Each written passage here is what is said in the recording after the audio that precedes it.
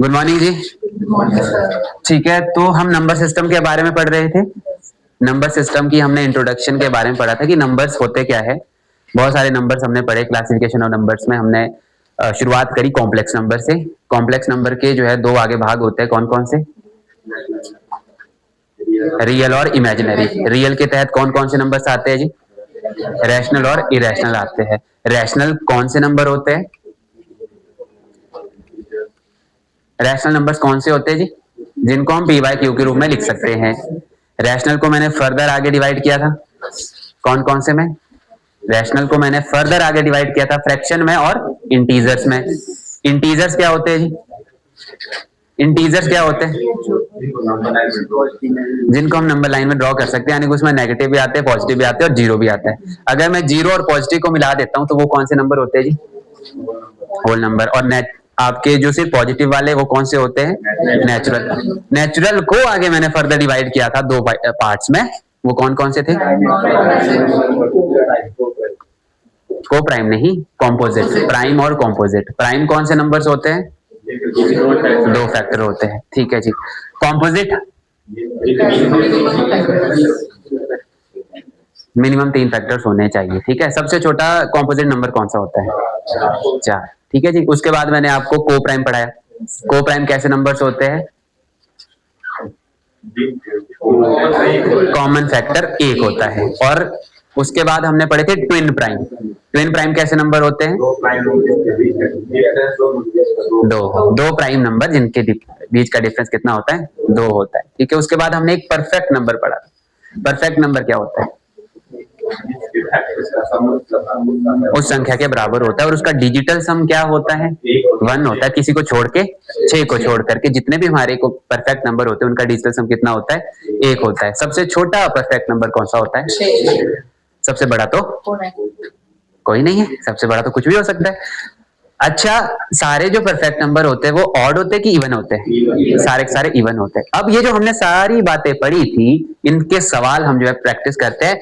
Classification of number type 1 है ये, ठीक है जी। तो हमारे पास जो सवाल लगा हुआ है वो पहला सवाल है, which of these number set is not a subset of real number. मतलब इनमें से कौन सी संख्या जो समूह है वास्तविक संख्याओं का उप समूह नहीं है, मतलब वास्तविक संख्याओं के तहत नहीं आता। पहला है इंटीजर। इंटीजर रियल नंबर होगा क्योंकि वो तो रियल नंबर के तहत, रैशनल के तहत अंदर आ रहा है। नेचुरल रियल होगा, होल नंबर रियल होगा, कॉम्प्लेक्स रियल होंगे। इसका मतलब इसका उत्तर क्या हो जाएगा जी आपका? Option number D. ये एक ऐसा नंबर है जो कि रियल नंबर के तहत नहीं आता बल्कि रियल नंबर इसके तहत आता है। क्लियर है बात? पहला सवाल क्लियर है जी, बोलो। दूसरे सवाल पे चलते हैं। दूसरा सवाल हमारे सामने कह रहा है, the set of real number includes which of the following. Real number के तहत कौन कौन आते हैं? ऑप्शन लगे हैं only rational, only irrational, both rational और इरेशनल, या फिर ओनली होल नंबर। बोथ आते। कल हमने पढ़ा भी था कि जो हमारे पास रियल नंबर होते हैं, रियल नंबर, उनके तहत 2 नंबर ही तो आते हैं हमारे, रैशनल और इरेशनल, ठीक है सर। तो इसका उत्तर आपकी तरह से कौन सा हो जाएगा? Option number. और ये एग्जाम में कहां आ रखा है आपके? जो 2025 में आपका एसएससी सीजीएल में ये सवाल पूछा गया, लेटेस्ट सवाल आपके सामने लाए जी। अगला सवाल, अगला सवाल हमारी नजरों के सामने है, the square root of any prime number is. किसी भी प्राइम नंबर का स्क्वायर रूट क्या होगा? हाँ मुझे बताइए, प्राइम नंबर होते कैसे? जिनके सिर्फ 2 ही फैक्टर होते हैं, ठीक है जी। अच्छा, कोई ऐसा प्राइम नंबर है जो कि सबसे भिन्न है, बाकी सारे प्राइम नंबरों से भिन्न है, वो एक अलग से ही ऐसा प्राइम नंबर है जो कि सबसे भिन्न है?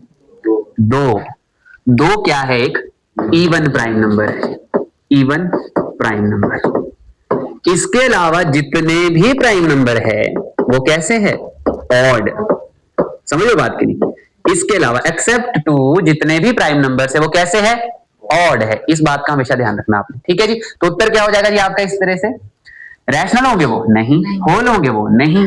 इंटीजर होंगे वो? नहीं। वो क्या होंगे? इरेशनल। जैसे आप स्क्वायर रूट कर लो 3 का, इसको तोड़ सकते हो आप, परफेक्ट स्क्वायर निकलेगा इसका? नहीं निकलेगा। आप 13 का रूट कर लो, परफेक्ट स्क्वायर निकलेगा इसका? नहीं निकलेगा। जिसका परफेक्ट नहीं निकल सकता वो कैसे नंबर होते हैं हमारे? इरेशनल होते हैं। क्लियर है जी बात? आगे चलते अगले सवाल पर।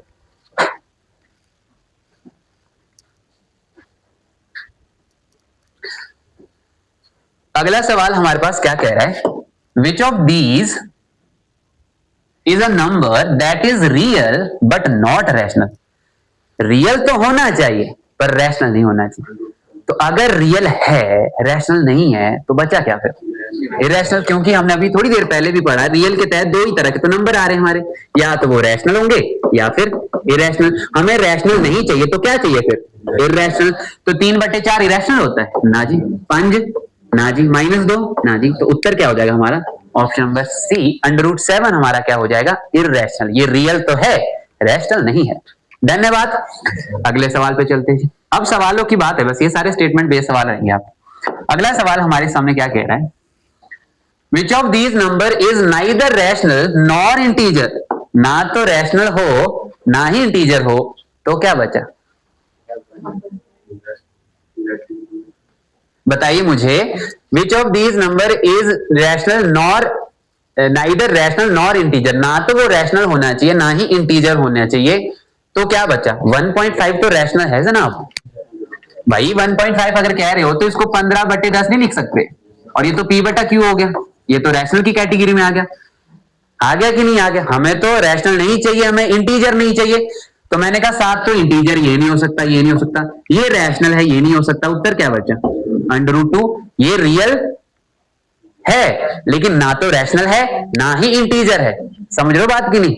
बोलो भाई, समझ रहे हो ना आप लोग? तो ये भी सवाल आपके कुछ ना कुछ पिछले एग्जाम में आ रखे। अगले सवाल पे चले। अभी तक के जितने भी हमने सवाल किए 5 के 5 सवाल, इसमें किसी प्रकार का डाउट हो तो आप मुझे बोल सकते हैं। कोई डाउट है? समझ आ रही ना चीजें? जो पढ़ा है हमने वो अप्लाई हो रहा है ना? चलते अगले सवाल पर। अगला सवाल हमारी नजरों के सामने है। In a quiz a student was asked to find a number. एक क्विज हुआ जिसमें स्टूडेंट को बोला गया कि बच्चे हमें ये बताओ कि हमें एक ऐसा नंबर ढूंढो जो कि इरेशनल हो, जो कि 2 से बड़ा 3 से छोटा हो, और जिसका स्क्वायर करने पर भी इरेशनल बन जाए। वो स्क्वायर करने पर भी इरेशनल बन जाए, ऐसा कोई नंबर कब हो सकता है? अगर मैंने √3 का स्क्वायर किया, √3 का स्क्वायर किया, तो मुझे बताना आप लोगों ने वो क्या हो जाएगा जी? √3 का स्क्वायर क्या रह जाएगा आपका? √3 का आप स्क्वायर करते हो तो ये 3 तो नहीं हो जाएगा? क्यों होता है 3? क्योंकि √3 गुणा √3 जो होता है ना, वो √9 बन जाएगा। और 9 किसका होता है? 3 का। एक तो ये तरीका है इसको समझने का। दूसरा, एक सर्ट्स और इंडिसेस का केस होता है। जो हमारे अंडर रूट होते हैं ना, वो पावर में पता कितने होते हैं? वो पावर में 1/2 होते हैं जी। होते हैं कि नहीं? तो मैं इस प्राणी को ऐसा लिख सकता हूं, 3 की पावर 1/2 और उसकी पावर 2। हाँ या ना बोलना? तो इसके बाद ना एक केस होता है कि x की पावर अगर m हो, उसकी पावर n हो, तो वो x की पावर m × n होता है। ये सर्ट्स और इंडिसेस का केस होता है ना? जब मैंने आपको होमगार्ड वाले क्वेश्चन सॉल्व कराए थे तो वहां भी सर्ट्स और इंडिसेस पढ़ाया था। तो मैंने कहा अगर x की पावर यहाँ 1/2 हो गई गुणा 2 हो गई, 2 से तो 2 कट जाएगा, क्या बचेगा? x की पावर 1। x की पावर 1 का मतलब क्या? x ही होता है। तो सेम यहाँ पर अगर 2 हमारे पास जो x था, हमारे पास कितना था? जो 3 था। x कितना था? 3 था। बोलो हाँ ना? तो भाई ये 3 की पावर 2 जब कट जाएगी, 3 की पावर 2 से 2 कट जाएगी, 3 की पावर 1 रहेगी, उत्तर कितना आ जाएगा हमारे पास? 3 ना? तो ये 2 तरीके होते हैं, या तो आप ऐसे समझ सकते हो या फिर ऐसे समझ सकते हो।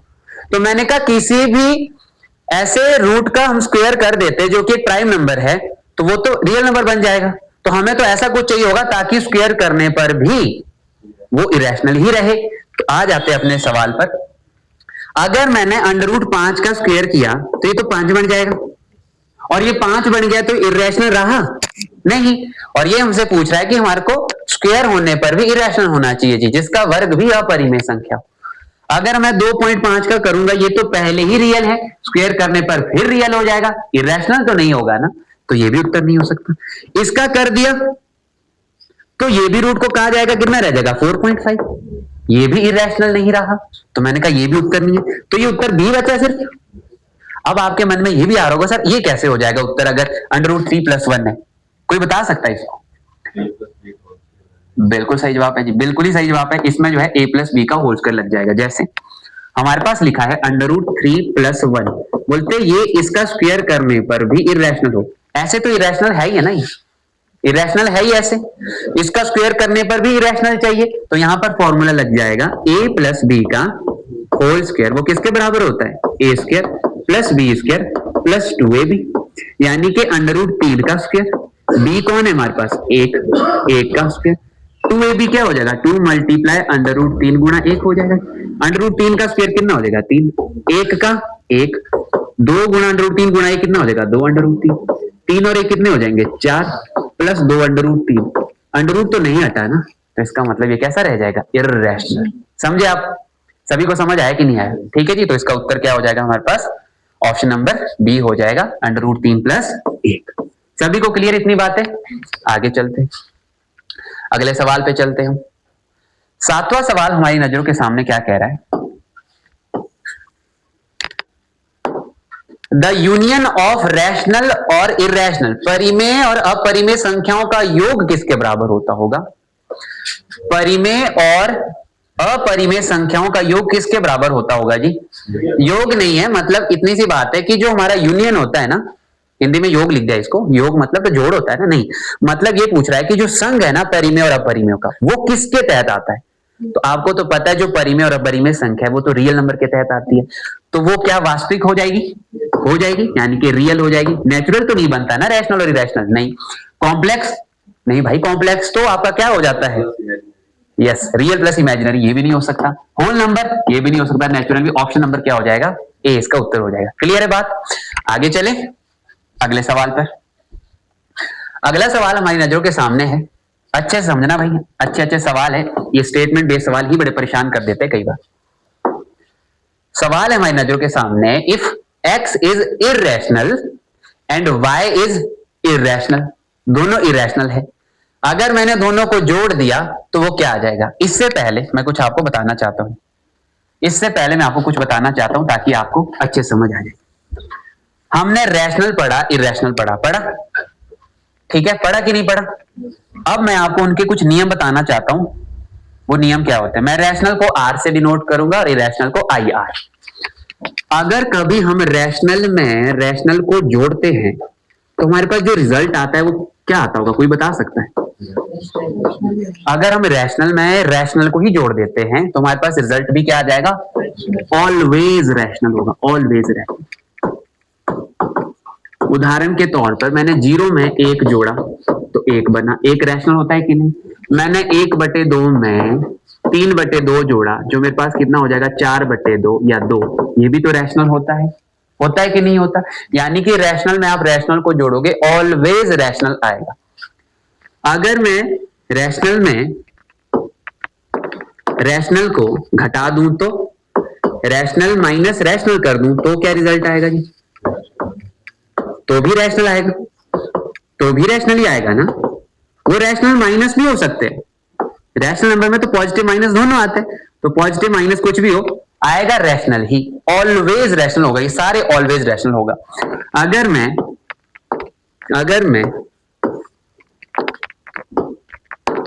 रैशनल में रैशनल को मल्टीप्लाई करूं तो भी रैशनल, ऑलवेज रैशनल। अगर मैं चौथी जो हमारी टर्म होती है, ठीक है जी, चौथी हमारी टर्म क्या है? अगर मैं रैशनल में रैशनल को भाग लगाऊं तो, रैशनल से रैशनल को भाग लगाऊं तो क्या आएगा? देखो जी, ये ना रैशनल भी आ सकता है, इरेशनल नहीं आएगा, CND हो जाएगा। CND क्यों? क्योंकि अगर मैंने किसी 3 नंबर को 0 से भाग लगा दिया, 0 तो अपॉन में नहीं आना चाहिए, वो तो CND हो जाता है। 0 क्यों लगाया सर? 0 रैशनल होता है, 0 भी एक रैशनल नंबर होता है, पता है आपको इस बारे में? क्यों है सर रैशनल? क्योंकि रैशनल के तहत आपके क्या है? फ्रैक्शन और इंटीजर के तहत क्या है? 0 भी आया है, तो 0 भी एक रैशनल नंबर होता है। ठीक है, तो जीरो से अगर किसी को भाग लगाओगे तो देखो ये रैशनल भी आता है और सी एंड डी भी हो सकता है, बस जीरो नहीं होना चाहिए नीचे, तब हमेशा ये रैशनल ही आएगा। क्लियर है बात? ये पहला केस समझे आप लोग, जब रैशनल का रैशनल के साथ भिड़न हो रहा है। अब चलते अगर इररेशनल का इरेशनल के साथ करे जी, मैंने कहा इररेशनल में इररेशनल ही जोड़ दें तो रिजल्ट क्या आएगा? ये ना दोनों तरह के आते हैं, ये रैशनल भी हो सकता है और इररेशनल भी हो सकता है, ये रैशनल भी हो सकता है और इरेशनल भी हो सकता है। कैसे? मैंने कहा अगर आप √3 में √3 जोड़ दोगे तो क्या हो जाएगा? ये 2 √3। बोलो भाई, अब 2 √3 कैसा है? इरेशनल। लेकिन अगर आप √3 में जोड़ दोगे -√3 तो ये कितना आ जाएगा? 0। और 0 क्या होता है? रैशनल। -√3 इरेशनल नहीं होगा क्या? -√3 इरेशनल नहीं होगा? होगा। तो मैं तो उसमें जोड़ रहा हूं ना, बेशक माइनस थी। तो हमारे पास ऐसे भी हमारे पास बनते हैं इरेशनल और इरेशनल। हमेशा वो रैशनल नहीं होते, हमेशा वो इरेशनल नहीं होते, कभी वो रैशनल है कभी इरेशनल है। समझ रहे हो बात की थी? अगली बात करें अगर हम इरेशनल में इरेशनल को माइनस कर दे तो,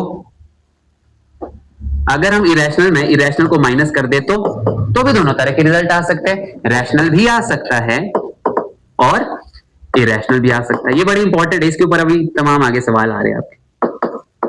बोलो भाई, इस बात को समझे आप? रैशनल भी हो सकता है और इरेशनल भी हो सकता है। समझ रहे हो जी? रटना नहीं, इस चीजों को हमेशा याद रखना कि हाँ कुछ भी कर सकते हो आप, कोई भी एग्जांपल ले सकते हो। यहाँ पर रैशनल भी हो सकता है, इरेशनल भी। वैसे ही मल्टीप्लाई करेंगे अगर तो मल्टीप्लाई वाला कौन बताएगा जी? मल्टीप्लाई करने पर क्या आ सकता है? अगर मैं इरेशनल को इरेशनल से ही मल्टीप्लाई कर दूं तो भी क्या आ जाएगा जी? कभी रैशनल कभी इरेशनल। ये भी दोनों हो सकता है। अगर मैं इरेशनल को इरेशनल से भाग कर दूं तो, रैशनल को इरेशनल से भाग कर दूं तो, बोलो भाई, तो भी दोनों आ सकते हैं, रैशनल भी आ सकता है। मैं √3 को √3 से भाग कर दूं, एक नहीं बचेगा तो क्या बचा? इरेशनल के रैशनल? रैशनल। वैसे मैं √6 को √3 से भाग कर दूं तो क्या बचेगा? √6 से √3 को भाग कर दूं क्या बचेगा? √2 क्या होता है हमारा? इरेशनल होता है। ठीक है जी, तो बस इतनी सी बातें याद रखनी जी। ये हो गया हमारे पास, और इरेशनल, ये इरेशनल भी हो जाएगा जी। जब भी आप इरेशनल छेड़ोगे, इरेशनल और इरेशनल आपस में बढ़ाओगे, चाहे गुणा करोगे, प्लस करोगे, माइनस करोगे, डिवाइड करोगे, तो दो तरह के उत्तर आएंगे, रैशनल भी, इरेशनल भी, रैशनल भी, रैशनल भी। ठीक है जी। लेकिन जब आप रैशनल को रैशनल से बढ़ाओगे, जो मर्जी कर लो, ऑलवेज रैशनल आएगा, ऑलवेज ऑलवेज रैशनल। बस इसको डिवाइड को छोड़ करके जीरो नहीं होना चाहिए नीचे। अब आता है मोस्ट इंपॉर्टेंट, वो है आपका कौन सा? जब एक इरेशनल है और एक रैशनल है, एक इरेशनल है और एक रैशनल है। अगर मान लीजिए मैं रैशनल को इररेशनल से प्लस करता हूं तो, मैं रैशनल को इररेशनल से प्लस करता हूं तो ये आपका ऑलवेज इररेशनल होगा, ऑलवेज इररेशनल। समझ लो बात? बोलो जी। उदाहरण के तौर पे मैंने जैसे 2 को √3 से जोड़ा तो इतना ही रहेगा ना, ये तो नहीं जुड़ेगा, 5 तो नहीं हो जाएगा अंडर रूट के अंदर, नहीं ना। तो ये सारी चीजें कैसी? तो हमारे पास ऑलवेज इरेशनल, रैशनल से माइनस कर दिया इरेशनल को तो भी ऑलवेज इरेशनल, ऑलवेज इरेशनल। लेकिन अगर मैंने रैशनल को मल्टीप्लाई कर दिया इरेशनल के साथ तो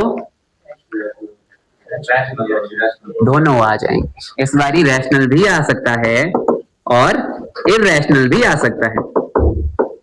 क्लियर है जी बात? सर कैसे समझाना? तो मैंने कहा मैंने 2 को मल्टीप्लाई कर दिया √3 के साथ तो क्या बन जाएगा? 2 √3 कैसा नंबर है? इरेशनल। मैंने √3 को मल्टीप्लाई कर दिया 0 के साथ तो क्या हो जाएगा? 0। 0 क्या था? रैशनल था, हाँ कि नहीं? तो 0 एक ऐसी चीज है जो आने पर हमारा क्या कर देगी? रैशनल इरेशनल के कॉम्बिनेशन को कभी रैशनल ला देगी, कभी इरेशनल ला देगी। क्लियर है बात की नहीं? एक लास्ट ऑपरेशन रहता है, वो आपका कौन सा है? अगर हम रैशनल को डिवाइड कर देते इरेशनल से तो अगर हम रैशनल को डिवाइड कर देते हैं रैशनल से या फिर इरेशनल को डिवाइड कर देते हैं रैशनल से तो क्या हो जाता है, ये भी हमारे पास क्या हो जाएगा, कभी रैशनल कभी रैशनल, क्योंकि जीरो नहीं होना चाहिए, जीरो जब भी आएगा वो गड़बड़ कर देगा जी। बोलो समझे आप इस बात को कि नहीं, क्या आप इस बात को समझे, बोलो भाई। सीएनडी भी आ जाएगा, सीएनडी भी आ जाएगा, इरेशनल भी हो सकता है, रैशनल भी हो जाएगा, सीएनडी भी हो जाएगा, ठीक है जी। जीरो ऊपर आ जाएगा तो जीरो ही हो जाएगा, जीरो नीचे आ गया तो सीएनडी, ठीक है जी। बाकी अगर अंडर रूट और एक कुछ और रह गया तो ऐसे रह जाएगा, जैसे 2/√3 वो तो ऐसे रह जाएगा, समझ लो बात की नहीं। तो ये सब कुछ आ सकता है, सीएनडी भी हो सकता है, जीरो नहीं आना चाहिए, बस सीएनडी भी हो सकते हैं। क्लियर है बात।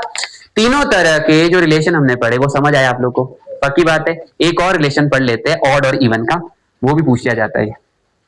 ऑड और इवन का जो है रिलेशन भी पढ़ लेते हैं, बस उसके बाद सारे सवाल करते हैं।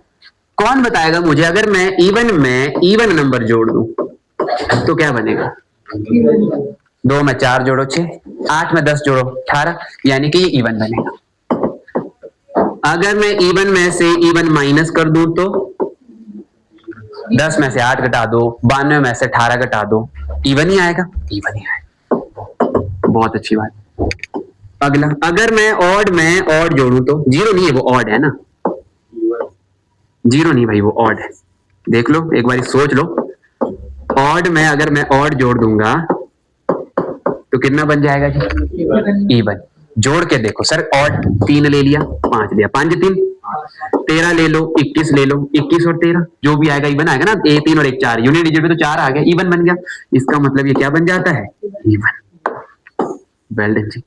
अगर मैं ऑड में से ऑड घटा दूं तो, ये भी तो अच्छी बात है भाई, ऑड में से ऑड घटा दूं तो, जैसे उदाहरण के लिए 5 में से 3 घटा दिए 2, ठीक है जी। 9 में से 3 घटा दिए, जो भी बचेगा क्या बचेगा, इवन, इवन बचेगा। आगे चलते हैं जी, ये आगे जी हमने सेम पढ़ लिया। अब ऐसे पढ़ लेते हैं, एक इवन को एक ऑड में जोड़ा तो, एक इवन को ऑड में जोड़ा तो, जैसे हमने 5 में 2 जोड़ दिया 7, हमने 13 में 12 जोड़ दिया 25, ऐसे नंबर कैसे बनते हैं, ऑड बनते हैं, ऑड बनते हैं। समझ लो ना बात की नहीं। अच्छा, इवन में से ऑड घटा दिया तो, जैसे हमने 8 में से 5 घटा दिया 3, ठीक है जी। हमने 12 में से जो है 11 घटा दिया, ठीक है जी। 12 में से 1 बचा ना, ये क्या बचेगा आपके पास, ऑड, ऑड बचेगा। क्लियर है जी। प्लस माइनस वाले किससे, एक देख लेते हैं मल्टीप्लाई वाला। इवन को इवन से मल्टीप्लाई करेंगे तो इवन, ऑड को ऑड से मल्टीप्लाई करेंगे तो ऑड। 3 गुणा 5 15, 7 गुणा 9 63, ऑड ही बन रहा है ना। लेकिन अगर एक इवन और एक ऑड को मल्टीप्लाई किया जाए तो इवन, इवन से किसी को भी मल्टीप्लाई कर लो वो इवन ही बन जाता है, हमेशा याद रखना इस बात। क्लियर है जी बात, बोलो भाई डन, इतनी बातें डन है। चलिए जी, तो ये नियम थे कुछ मुझे बताने थे आप लोग को। अब चलते हैं हम सवालों पर, और सवाल जो हमने करने थे उनको करते हैं। चलिए, ये वाला सवाल हमने छोड़ा था, if x is irrational y is also irrational then x plus y क्या होगा। मतलब इरेशनल में इरेशनल जोड़ रहे हो आप तो क्या हो जाएगा भाई, थोड़ा सा सोच लो, समझ लो, परख लो। ऑप्शन नंबर सी दिया जा रहा है जी, काफी आ रही है आज ऑप्शन नंबर सी। मुझे बताओ, जब मैं इरेशनल में इरेशनल को जोड़ूंगा क्या ऑलवेज इरेशनल आएगा। ये तो सर अलग अलग आता था, कभी रैशनल हो जाता था, कभी इरेशनल हो जाता था, ये भी नहीं हो सकता। क्या रैशनल होगा, मैंने कहा नहीं, ऑलवेज तो नहीं होगा जी। नेवर रैशनल, ऐसा भी नहीं। तो बच्चा क्या, अब आप बोलोगे सर रैशनल, रैशनल बोल दिया सर इसने। मैंने कहा हाँ सही बात है ना, अगर x आपने माइनस वाई मान लिया तो देखना मेरे को x प्लस वाई करना था ना जी, ये तो मैंने पहले ही माइनस वाई मान लिया, तो y minus y plus y क्या हो जाएगा, और जीरो कैसा होता है, रैशनल, इसलिए इसका उत्तर क्या है, रैशनल है। समझ रहे हो, बताओ भाई, ऑलवेज नहीं होता ही रैशनल। देख लो कहां पढ़ा था हमने ये नियम, कहां पढ़ा था यहाँ, ऑलवेज तो कभी नहीं आया इसमें भाई। जब हम इरेशनल इरेशनल चाहे जोड़े घटाए गुणा भाग जो भी करे, ऑलवेज वाला किस्सा तो नहीं आता इसमें, या तो कभी रैशनल या तो कभी रैशनल। इन्होंने क्या कह दिया, इन्होंने कह दिया कि भाई ऑलवेज रैशनल होगा। मैंने करना ऑलवेज रैशनल होगा, मैंने कहा वो भी नहीं। नेवर रैशनल, रैशनल तो आता है ना कभी कभी, तो ये भी गलत बात। दो बचा कौन सा, रैशनल। बोलते अगर x की वैल्यू क्या होती है, -y, तो दोनों को ही जोड़ना था, -y और +y जीरो नहीं होता, और जीरो कैसा नंबर होता है, एक रैशनल नंबर होता है। तो ये बात इनकी सही थी। अगले सवालों पे चलते हैं।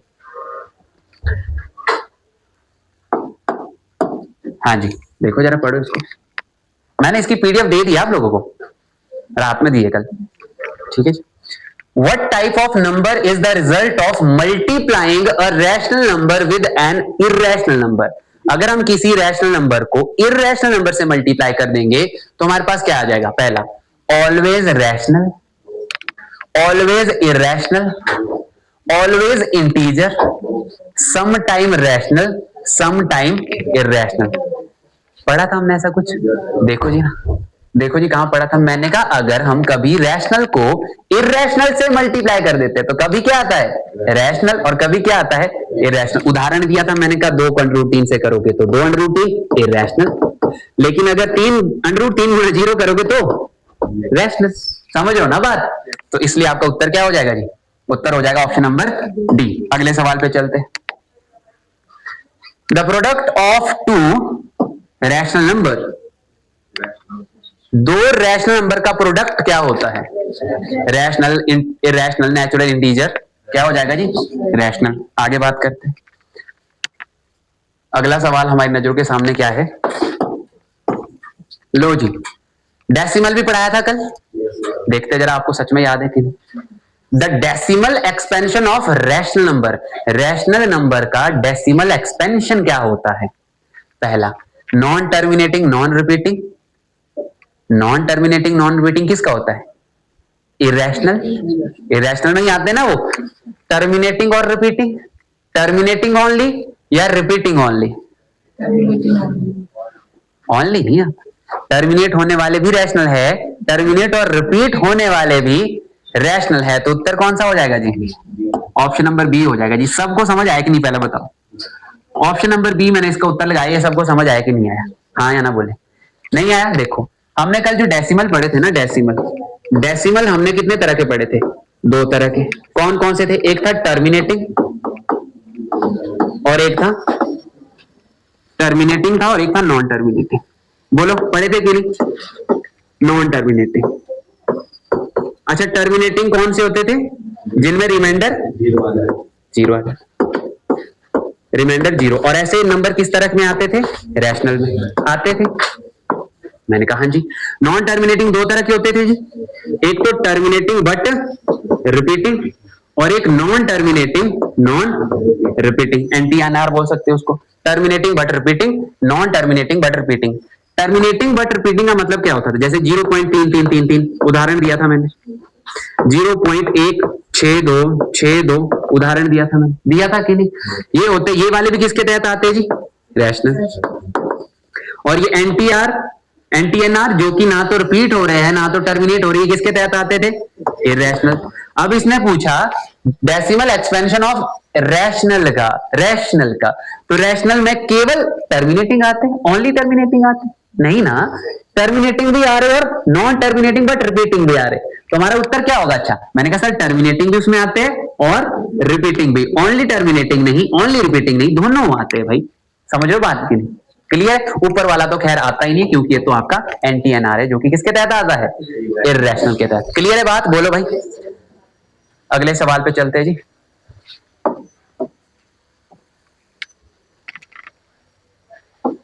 हाँ जी, which one of the following is true about repeating decimal, repeating decimal के बारे में ट्रू क्या है, ये भी 25 में सवाल पूछा गया SSC CHS। Repeating decimal always irrational होते हैं, नेवर रैशनल, ऑलवेज रैशनल या always whole number. Repeating decimal कैसे होते हैं जी, ऑलवेज रैशनल होते हैं। समझ रहे हो ना बात, मैंने डाला ना रिपीटिंग को रैशनल के तहत। चलो जी, समझ रहे हो कि नहीं भाई। अगले सवाल पे चलते हैं जी। अगला सवाल हमारे से क्या कह रहा है, the decimal expansion of an irrational number, irrational number का टर्मिनेटिंग डेसिमल, वो तो टर्मिनेट ही नहीं होते भाई, ठीक है। रिपीटिंग, रिपीट भी नहीं होते वो।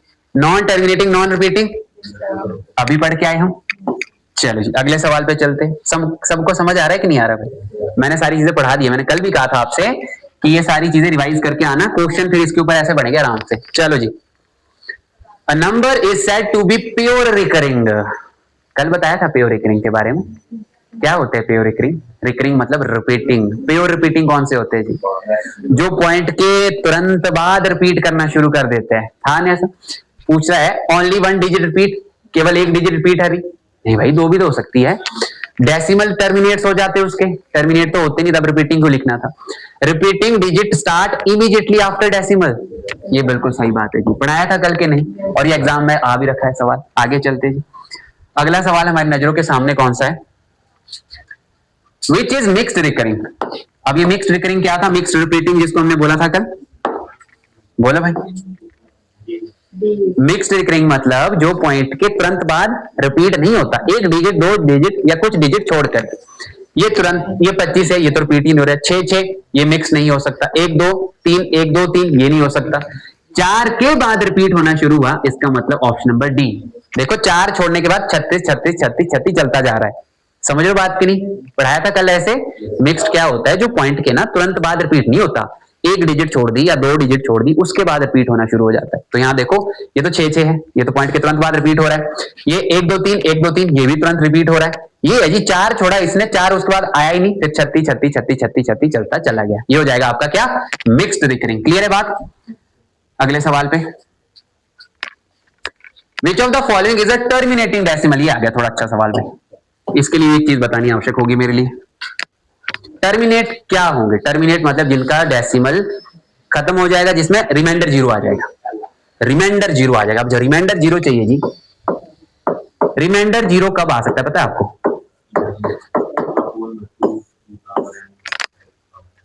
यस, जब हमारे पास डिनोमिनेटर में, जब अपॉन में हमारे पास क्या हो? 2 और 5 हो, इसके अलावा कुछ और नहीं होना चाहिए।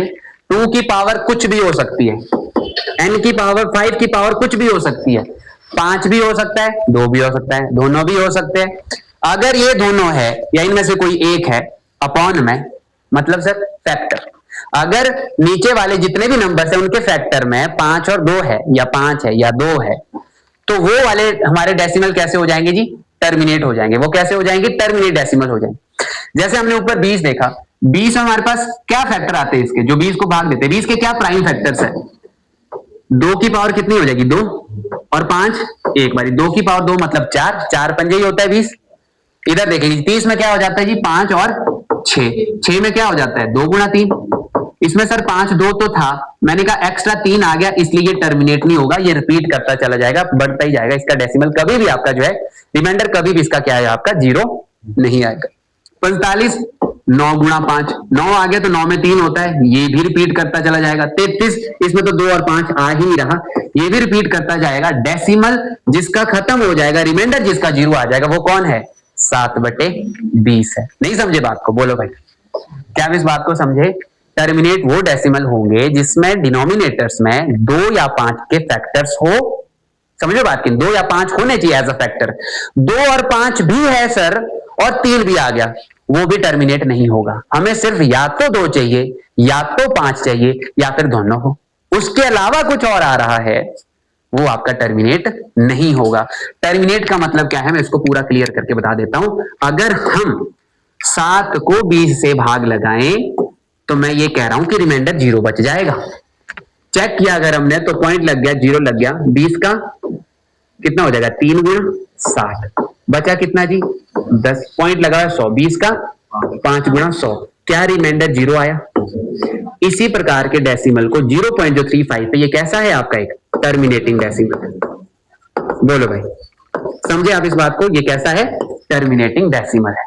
ऐसा तो हमें चेक नहीं करना है सबको भाग देते देखते कि कौन सा कट रहा है कौन सा नहीं कट रहा, या कौन से में रिमाइंडर जीरो आ रहा है। बस इतना सा पता रखना है कि हमारे पास डिनोमिनेटर में 2 और 5 एज अ फैक्टर आने चाहिए। 2 और 5 भी है, उसके अलावा कुछ और है तो भी चलेगा नहीं। समझो बात की नहीं? अगर समझ गए तो अगला सवाल करके बताओ जरा, ये वाला सवाल। Which of the following number is both a rational number and terminating decimal? Terminating भी होना चाहिए और रैशनल भी होना चाहिए। तो मैंने कहा ये तो रैशनल ही नहीं है सर, ये भी रैशनल ही नहीं है, बच्चे ये दोनों। अब इन दोनों में से कौन टर्मिनेट हो जाएगा? जिसके बटे में 2 हो, 5 हो, या इनमें से कोई एक एक हो। 3 तो नहीं चलेगा, नहीं चलेगा तो बचा कौन सा? ये खत्म हो जाएगा डेसिमल, 0.8 आ जाएगा, 8 पंजे 40। समझो बात की नहीं भाई? बोलो अगले सवाल पे चलते हैं। Which of these fraction result repeating decimal? Non-terminating repeating decimal. Non-terminating और repeat. Non-terminating और repeat. Non-terminating और क्या पूछ रहा है? Repeat पूछ रहा है। तो इसका मतलब इसमें कुछ ऐसे होंगे जो कि टर्मिनेट होते चले जाएंगे। 4 है, 4 में क्या होता है? 2 गुणा 2 होता है जी, ये भी टर्मिनेट हो जाएगा, रिपीट तो होगा ही नहीं। 10 में क्या होता है? 5 गुणा 2, ये भी टर्मिनेट हो जाएगा, रिपीट होगा ही नहीं। 8 में तो खुद ही 2 की पावर 3 होती है, ये भी टर्मिनेट होगा, रिपीट नहीं होगा। तो रिपीट कौन सा होगा? 1/17। आप इसको भाग देते चले जाओगे, रिपीट होता चला जाएगा, रिपीट होता चला जाएगा। समझ रहे बात की नहीं? आई बात समझ की नहीं? 2 सवाल आखिरी करते हैं आज की क्लास के। चलिए जी, इसका बताएंगे। Which of the following number has terminating decimal representation? Terminating 2 चाहिए सर, इसमें 9 3 आ गया, इसमें 3 आ गया, इसमें तो 7 है, ये नहीं हो सकता। कौन सा बचा जी? 3/8। 8 क्यों? क्योंकि 8 2 की पावर 3 होता है, 2 के अलावा इसमें कुछ भी नहीं आया, तो ये टर्मिनेट हो जाएगा, पॉइंट आ जाएगा और साथ में रिमाइंडर कितना आ जाएगा? 0 आ जाएगा। समझ लो बात? अगले सवाल पे, आखिरी सवाल आज की क्लास का, 20वां।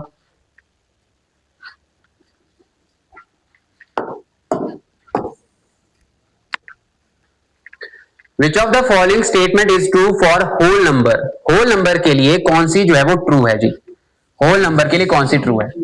दे इंक्लूड फ्रैक्शन। होल नंबर में फ्रैक्शन आती है, पगला गया शायद। अगला, दे इंक्लूडेड नेगेटिव नेगेटिव आते हैं बोले होल नंबर। दे इंक्लूड 0 और positive integer. They start from 1 से नहीं होते भाई साहब। ऑप्शन नंबर सी इसका राइट आंसर हो जाएगा। समझ लो बात की नहीं? आई बात समझ? क्या कुछ ऐसा लगा जो नहीं पढ़ाया गया और यहां पर आ गया? ऐसा कुछ भी नहीं है। आपको मैंने एकदम क्लासिफिकेशन बड़े प्यार से समझाया है, बस आपने उसको रिवाइज करना है। और ऐसे ही सवाल है, इसके बाद भी बहुत सारे सवाल है हमारे लगे हुए आगे। ठीक है जी? मतलब मैं टोटल जो आपके 30 सवाल आया था, तो इन 30 सवालों में अब मैंने अगले जो 10 सवाल बचे वो आपको होमवर्क है। जो नहीं होंगे उसको हम कल क्लास में डिस्कस करेंगे, बाकी आराम से हो जाएंगे सारे सवाल। ठीक है सर? बोलो भाई। और बस आपने रिवाइज करते तो रहना ही है, रिवाइज करते रहना ही है। हिंदी और इंग्लिश की कोई दिक्कत नहीं होगी, हिंदी और इंग्लिश दोनों में सवाल आपके सामने प्रेजेंट किए जाएंगे। ठीक है? कल हम कुछ और बातें करेंगे और नेक्स्ट जो है प्राइम नंबर्स और यूनिट डिजिट के बारे में सीखेंगे। और यूनिट डिजिट एक ऐसा टॉपिक है जो कि मैं बहुत जगह लगाऊंगा, बहुत जगह। समझो बात की नहीं? डिविजिबिलिटी एक ऐसा टॉपिक होगा जो मैं बहुत जगह लगाऊंगा। अच्छे से पढ़ना है इसके आगे आने वाले टॉपिक। नंबर सिस्टम थोड़ा सा लंबा चलेगा क्योंकि इसके ऊपर फिर पूरा बेस लिखा हुआ है। आपके सारे अर्थमेटिक हो गया, डीआई हो गया, आपके एडवांस मैथ हो गया, चाहे आपका ट्रिग्नोमेट्री है, प्रोबेबिलिटी है, आपका अलजेब्रा है, एडवांस है, सब में जो है लग जाएगा। ठीक है जी? समझ आ रही बात की नहीं? अच्छे सीख के जाना है सारी चीजों को। That's all guys, thank you. मिलते हैं आप लोगों से कल।